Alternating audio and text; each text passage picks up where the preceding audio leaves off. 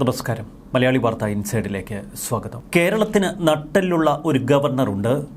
അതുകൊണ്ട് തന്നെ ഇന്നലെ സിദ്ധാർത്ഥൻ്റെ പിതാവിന് നീതി കിട്ടി. ഇന്നലെ നേരം പുലർന്നത് നമ്മൾ നടുങ്ങുന്ന വാർത്തയുമായി. പൂക്കോട് വെറ്റിനറി കോളേജിലെ കൊടും ക്രിമിനലുകളായ 33 വിദ്യാർത്ഥികളെ തിരിച്ചെടുത്തു എന്ന വാർത്തയാണ് കേരളത്തെ നടുക്കിക്കളഞ്ഞത്. പൈശാചികമായ ക്രൂരത നടത്തുകയും അതിന് കൂട്ടുനിൽക്കുകയും ചെയ്ത ആ 31 എണ്ണത്തെ തിരികെ എടുത്തു എന്നത് കേരളത്തിന് ഉൾക്കൊള്ളാനായില്ല. ഇന്നലെ രാവിലെ സിദ്ധാർത്ഥൻ്റെ പിതാവ് എന്നെ വിളിച്ചു.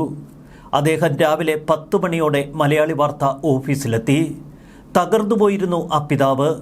33 വിദ്യാർത്ഥികളെ തിരിച്ചെടുത്തതു മാത്രമല്ല, ഇതുവരെ CBI അന്വേഷണം തുടങ്ങിയിട്ടില്ല എന്നതും അദ്ദേഹത്തെ വേദനിപ്പിച്ചു. മുഖ്യമന്ത്രി നേരിട്ടാണ് തനിക്ക് CBI അന്വേഷണം ഉറപ്പു തന്നത് എന്ന് സിദ്ധാർത്ഥൻ്റെ പിതാവ് മലയാളി വാർത്തയോട് തുറന്നു പറഞ്ഞു. എന്നിട്ടും എന്തുകൊണ്ടാണ് CBI അന്വേഷണം ഇതുവരെ തുടങ്ങാത്തത്? CBI അന്വേഷണത്തിനുള്ള വിജ്ഞാപനം പുറത്തിറക്കിയത് 9-ാം തീയതി. എന്നാൽ അത് CBIയെ ഔദ്യോഗികമായി അറിയിച്ചത് 16-ാം തീയതി മാത്രം. എന്നാൽ ഔദ്യോഗികമായ കത്തിടപാടുകൾ ഇതുവരെ ആഭ്യന്തര മന്ത്രാലയം നടത്തിയിട്ടില്ല. ഇതിനു പിന്നിൽ വലിയ അട്ടിമറികൾ നടക്കുന്നുവെന്ന് അദ്ദേഹം തുറന്നു പറഞ്ഞു. നെഞ്ച് തകർന്നാണ് സിദ്ധാർത്ഥൻ്റെ പിതാവ് എന്നോട് സംസാരിച്ചത്. ഏകദേശം 1 മണിക്കൂറോളം നീണ്ട ഒരു അഭിമുഖം. പലപ്പോഴും അദ്ദേഹം പൊട്ടിക്കരഞ്ഞു. ഒടുവിൽ തളർന്നു നിൽക്കുന്നു സിദ്ധാർത്ഥൻ്റെ പിതാവ്. സിദ്ധാർത്ഥൻ്റെ പിതാവ് ജയപ്രകാശുമായുള്ള അഭിമുഖം മലയാളി വാർത്ത സംപ്രേഷണം ചെയ്തതിന് തൊട്ടുപിന്നാലെ തിരുവനന്തപുരത്തെ NDA സ്ഥാനാർത്ഥി രാജീവ് ചന്ദ്രശേഖർ മലയാളി വാർത്തയെ വിളിച്ചു. സിദ്ധാർത്ഥൻ്റെ പിതാവിന് നീതി ലഭിക്കും വരെ താൻ അവരോടൊപ്പമുണ്ടാകും എന്ന് രാജീവ് ചന്ദ്രശേഖർ എന്നോട് നേരിട്ട് പറഞ്ഞു. തുടർന്ന് സിദ്ധാർത്ഥിന്റെ പിതാവുമായി അദ്ദേഹം സംസാരിച്ചു. രാജീവ് ചന്ദ്രശേഖർ സിദ്ധാർത്ഥിനെ വിളിപ്പിച്ചു വരുത്തി. അവർ ഒരുമിച്ച് ഉച്ചയൂണ് കഴിച്ച് അതിനുശേഷം രാജീവ് ചന്ദ്രശേഖറിന്റെ ഇലക്ഷൻ ഓഫീസിലേക്ക് അദ്ദേഹത്തെ കൂട്ടിക്കൊണ്ടുപോയി. അവിടെ വെച്ച് രാജീവ് ചന്ദ്രശേഖർ അദ്ദേഹത്തിനൊരു ഉറപ്പ് കൊടുത്തു. CBI അന്വേഷണം തുടങ്ങുന്നതുവരെ താൻ സിദ്ധാർത്ഥിന്റെ പിതാവിനൊപ്പം ഈ പോരാട്ടത്തിലുണ്ടാകും എന്ന് സ്ഥാനാർത്ഥിയുടെ പ്രഖ്യാപനം. തൊട്ടുപിന്നാലെ ഗവർണർ ആരിഫ് മുഹമ്മദ് ഖാനെ രാജീവ് ചന്ദ്രശേഖർ ഫോണിൽ വിളിക്കുന്നു. അതിനുശേഷം സിദ്ധാർത്ഥിന്റെ പിതാവ് നേരെ രാജ്ഭവനിലേക്ക്. ഈ സമയമത്രയും അദ്ദേഹത്തിൻ്റെ മനസ്സിൽ ആശങ്കകൾ മാത്രം. ഇടയ്ക്ക് 1-2 തവണ എന്നെ വിളിച്ചു. എനിക്ക് നീതി കിട്ടുമായിരിക്കും അല്ലേ? ഇത്തിരി പ്രതീക്ഷയോടെ തന്നെയാണ് അദ്ദേഹം രാജ്ഭവനിലെത്തിയത്. രാജ്ഭവനിലെത്തിയ അദ്ദേഹത്തെ ഗവർണർ സ്വീകരിച്ചു. 33 വിദ്യാർത്ഥികളെ തിരികെ എടുത്ത കാര്യങ്ങൾ ഗവർണറെ ബോധിപ്പിച്ചപ്പോൾ അക്ഷരാർത്ഥത്തിൽ ഞെട്ടിപ്പോയി കേരളത്തിൻ്റെ ഗവർണർ. എങ്ങനെയാണ് ആ പുതിയ VC 33 വിദ്യാർത്ഥികളുടെ സസ്പെൻഷൻ പിൻവലിച്ച് അവരെ കോളേജിലേക്ക് തിരികെ എടുത്തത്? ചാൻസലർ കൂടിയായ ഗവർണർ അടിയന്തരമായി വൈസ് ചാൻസലറെ ഫോണിൽ വിളിച്ചു. 2 വാക്കാണ് ഗവർണർ വൈസ് ചാൻസലറോട് പറഞ്ഞത്. നിങ്ങളെ ഞാൻ പുറത്താക്കണോ അതോ രാജി സമർപ്പിക്കുന്നോ? നൊടിയിടയ്ക്കുള്ളിൽ വൈസ് ചാൻസലർ രാജി പ്രഖ്യാപിക്കുന്ന കാഴ്ചയാണ് പിന്നീട് കേരളം കണ്ടത്. അതിനുശേഷം ആ 33 വിദ്യാർത്ഥികളെ വീണ്ടും സസ്പെൻഡ് ചെയ്തുകൊണ്ടുള്ള ഉത്തരവ് പുറത്തിറങ്ങി. നീതി ലഭിച്ചത് സിദ്ധാർത്ഥിൻ്റെ പിതാവിന് മാത്രമല്ല, കേരളത്തിൻ്റെ പൊതുമനസ്സാക്ഷിക്ക് കൂടിയാണ്. അതിൽ മലയാളി വാർത്തയ്ക്ക് അഭിമാനമുണ്ട്. വെറ്റിനറി കോളേജിലെ 33 വിദ്യാർത്ഥികളുടെ സസ്പെൻഷൻ VC ഒറ്റയടിക്ക് പിൻവലിച്ചതാണ് ഗവർണറുടെ അതൃപ്തിക്ക് കാരണം. ഗവർണർ VCയിൽ നിന്ന് രാജി ആവശ്യപ്പെടുകയായിരുന്നു എന്ന് വ്യക്തം. സിദ്ധാർത്ഥന്റെ മരണവുമായി ബന്ധപ്പെട്ട് മുൻ VC ഡോക്ടർ MR ശശീന്ദ്രനാഥിനെ ഗവർണർ പുറത്താക്കിയിരുന്നു. അതിന് പിന്നാലെയാണ് ഇപ്പോൾ പുതിയ വൈസ് ചാൻസലറെ നിയോഗിച്ചത്. എന്നാൽ പുതിയ വൈസ് ചാൻസലറും മറ്റൊരു മരവാഴ തന്നെയാണ് എന്ന് കേരളത്തിന് ബോധ്യമായ ദിവസമായിരുന്നു ഇന്നലെ കടന്നുപോയത്. സർവകലാശാലയിൽ സമൂലമായ മാറ്റങ്ങൾ കൊണ്ടുവരും എന്ന പ്രഖ്യാപനത്തോടെയാണ് പുതിയ വൈസ് ചാൻസലർ ചുമതലയേറ്റത്. കോളേജുകളിൽ CCTV സ്ഥാപിക്കുന്നത് ഉൾപ്പെടെയുള്ള പ്രവർത്തനങ്ങൾ താൻ നടത്തുമെന്നും അദ്ദേഹം പറഞ്ഞിരുന്നു. എന്നാൽ രാഷ്ട്രീയ സമ്മർദ്ദത്തിന് വഴങ്ങി പുതിയ വൈസ് ചാൻസലറും നയങ്ങൾ അട്ടിമറിക്കുന്ന കാഴ്ചയാണ് പിന്നീട് നമ്മൾ കണ്ടത്.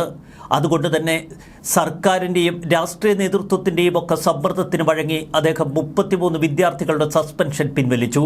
ആൾക്കൂട്ട വിചാരണയിൽ നേരിട്ട് പങ്കാളികളാവുകയോ കുറ്റകൃത്യം അധികൃതരിൽ നിന്ന് മറച്ചുവെക്കുകയോ ചെയ്ത വിദ്യാർത്ഥികൾക്കെതിരെയാണ് ആന്റി റാഗിംഗ് സ്ക്വാഡ് റിപ്പോർട്ടിന്റെ അടിസ്ഥാനത്തിൽ ആന്റി റാഗിംഗ് കമ്മിറ്റി നടപടിയെടുത്തത്.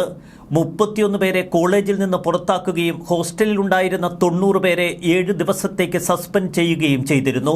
എന്നാൽ സസ്പെൻഷൻ നടപടി നേരിട്ടവർ നൽകിയ അപ്പീലിന്റെ അടിസ്ഥാനത്തിൽ സീനിയർ ബാച്ചിലെ 2 വിദ്യാർത്ഥികൾ ഉൾപ്പെടെ 33 വിദ്യാർത്ഥികളെ വൈസ് ചാൻസലർ തിരിച്ചെടുത്തു. സർവകലാശാലയുടെ ലോ ഓഫീസറിൽ നിന്ന് നിയമോപദേശം തേടാതെയാണ് വൈസ് ചാൻസലർ ഇത്തരമൊരു സ്വമേധയാ നീക്കം നടത്തിയത്. സർവകലാശാലയുടെ ലോ ഓഫീസറിൽ നിന്ന് നിയമോപദേശം തേടിയതിനു ശേഷം മാത്രമേ ആന്റി റാഗിംഗ് കമ്മിറ്റിയുടെ നടപടികൾ റദ്ദാക്കാനാകൂ. എന്നാൽ സർവകലാശാലയിലെ ഉന്നത ഉദ്യോഗസ്ഥരിൽ ഒരാളുടെ സ്വന്തക്കാരനായ വിദ്യാർത്ഥിയെ തിരിച്ചെടുക്കുന്നതിനാണ് ധൃതി പിടിച്ചുള്ള ഈ നടപടികൾ വൈസ് ചാൻസലർ കൈക്കൊണ്ടത്. സിദ്ധാർത്ഥന്റെ മരണം CBI അന്വേഷിക്കുന്നത് സംബന്ധിച്ച വിജ്ഞാപനം സർക്കാർ ബോധപൂർവം വൈകിപ്പിച്ചു എന്നതിന്റെ പൂർണ്ണ വിവരങ്ങൾ ഇന്നലെ പുറത്തുവന്നു. വിജ്ഞാപനം ഇറങ്ങിയത് ഈ മാസം 9-ാം തീയതി.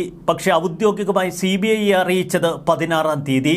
ഇതിനിടയിൽ നിർണായകമായ പല തെളിവുകളും നഷ്ടപ്പെട്ടിട്ടുണ്ട് എന്ന് സിദ്ധാർത്ഥന്റെ പിതാവ് ആശങ്ക പങ്കുവയ്ക്കുന്നു. സിദ്ധാർത്ഥിന്റെ മാതാവിന്റെ അപേക്ഷ പിതാവാണ് മുഖ്യമന്ത്രിയുടെ അടുക്കൽ നേരിട്ടേൽപ്പിക്കുന്നത്. തന്റെ മകന്റെ കൊലപാതകികളെ കണ്ടെത്താൻ ഒരു CBI അന്വേഷണം വേണമെന്നായിരുന്നു അമ്മ തന്റെ പരാതിയിൽ മുഖ്യമന്ത്രിയോട് അഭ്യർത്ഥിച്ചത്. പെട്ടെന്ന് തന്നെ മുഖ്യമന്ത്രി പിണറായി വിജയൻ CBI അന്വേഷണം പ്രഖ്യാപിക്കുന്നു. എന്നാൽ സർക്കാർ നടത്തിയ ഒരു തട്ടിപ്പ് മാത്രമായിരുന്നു ഈ പ്രഖ്യാപനമെന്ന് വ്യക്തമാക്കുന്നതാണ് ഇപ്പോൾ പുറത്തുവരുന്ന കാര്യങ്ങൾ.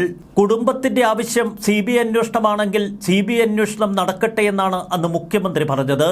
9-ാം തീയതി ഇറങ്ങിയ വിജ്ഞാപനം ആരാണ് 16-ാം തീയതി വരെ തടഞ്ഞുവെച്ചത്? അതിനു പിന്നിൽ രാഷ്ട്രീയ അട്ടിമറികളുണ്ട് എന്ന് വ്യക്തം.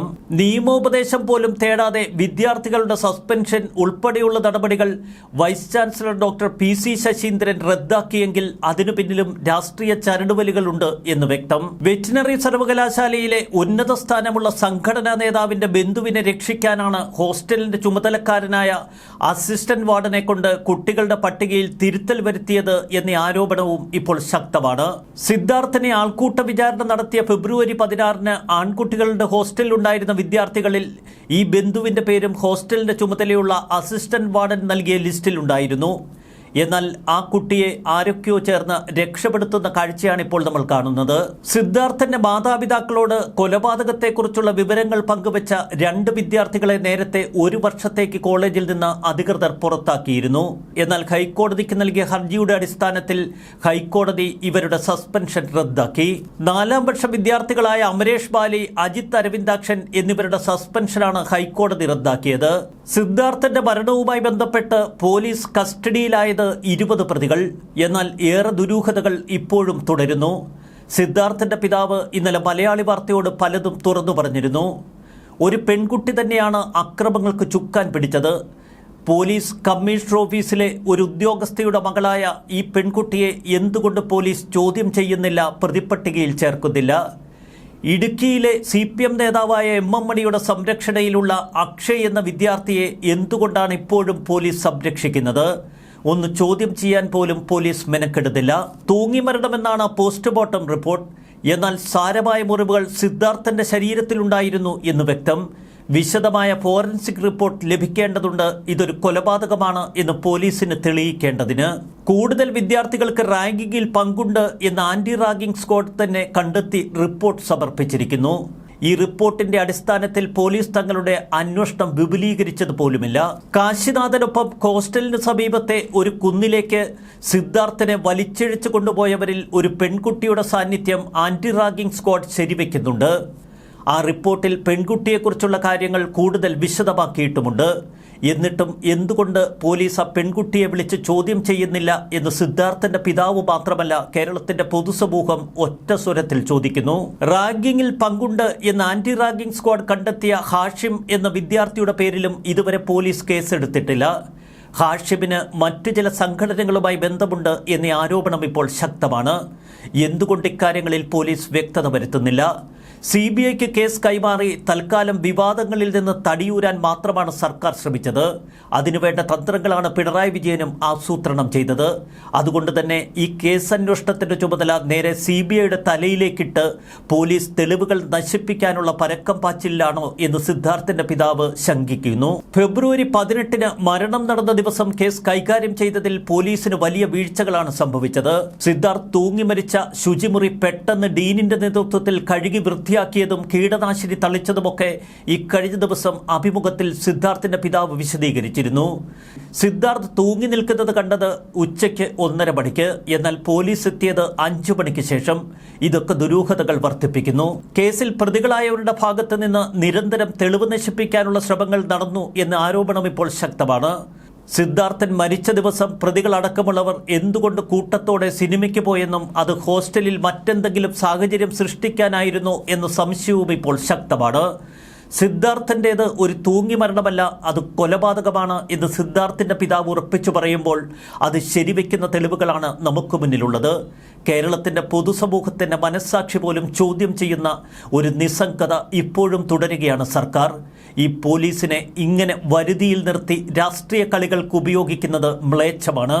അതിക്രൂരമായ ആക്രമണങ്ങൾക്കൊടുവിൽ ആ നിസ്സഹായനായ യുവാവിന്റെ മരണം കേരളത്തിൽ ഒരു മാതാപിതാക്കൾക്കും താങ്ങാവുന്നതിലും അപ്പുറം വേദനയാണ് സിദ്ധാർത്ഥിന്റെ പിതാവ് ജയപ്രകാശും മാതാവ് ഷീബയും ഇപ്പോൾ അനുഭവിക്കുന്നത്. പുറത്തു കൊലപാതകികൾ രക്ഷപ്പെടാനുള്ള സർവ്വ സാഹചര്യവും ഒരുക്കി കൊടുക്കുന്നത് ഒരു രാഷ്ട്രീയ പാർട്ടി തന്നെ. അതുകൊണ്ട് തന്നെ സിദ്ധാർത്ഥിന്റെ കൊലപാതകികൾക്ക് അവരർഹിക്കുന്ന ശിക്ഷ വാങ്ങിക്കൊടുക്കാൻ കേരളത്തിന്റെ പൊതുസമൂഹം എപ്പോഴും ഉണർന്ന് പ്രവർത്തിക്കേണ്ടിയിരിക്കുന്നു. ന്യൂസ് ഡെസ്ക് മലയാളി വാർത്ത ഇൻസൈഡ്.